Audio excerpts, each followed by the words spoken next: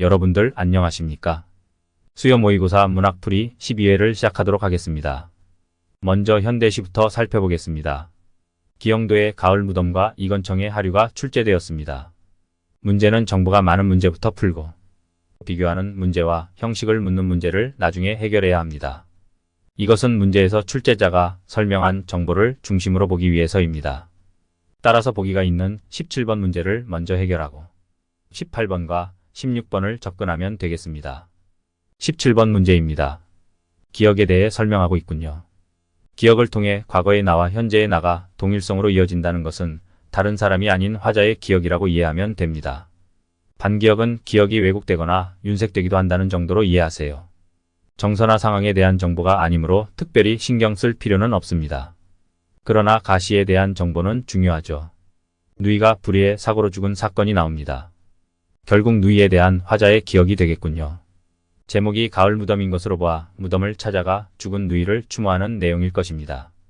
그런데 3번 선택지에서 누이의 무덤에서 추모하는 행위가 과거의 나와 현재의 나를 동일시하려는 모습이라고 설명합니다.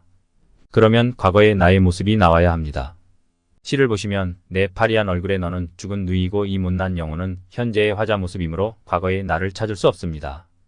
따라서 3번이 정답이 되겠습니다. 이 정보를 가지고 18번의 기억과 니은을 살펴보면 죽은 누이를 추모하는 내용이므로 대상에 대한 연민이나 비극적 분위기는 당연한 내용입니다. 파리한 얼굴에서 시각적 이미지도 확인이 되고 가을이라는 계절도 쉽게 확인할 수 있습니다. 또한 같은 구절에서 16번의 철철이라는 의성어, 부어주랴에서 의문형 종결어미의 반복을 확인할 수 있습니다. 파리한 얼굴이 색채어가 되겠죠. 이제 나시에 대한 정보를 확인할 차례입니다.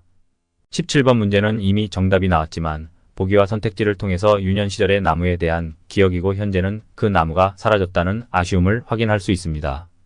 이제 18번 문제를 해결하면 미음에서 매미소리라는 청각 이미지가 그늘이라는 시각 이미지로 전환된 감각의 전이를 확인할 수 있습니다.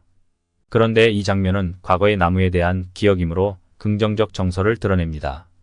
따라서 불안한 상황이 도래한다는 부정적 의미로 해석할 수는 없습니다. 마지막으로 16번을 보면 네라는 종결 어미가 반복적으로 사용되는 것을 확인할 수 있습니다.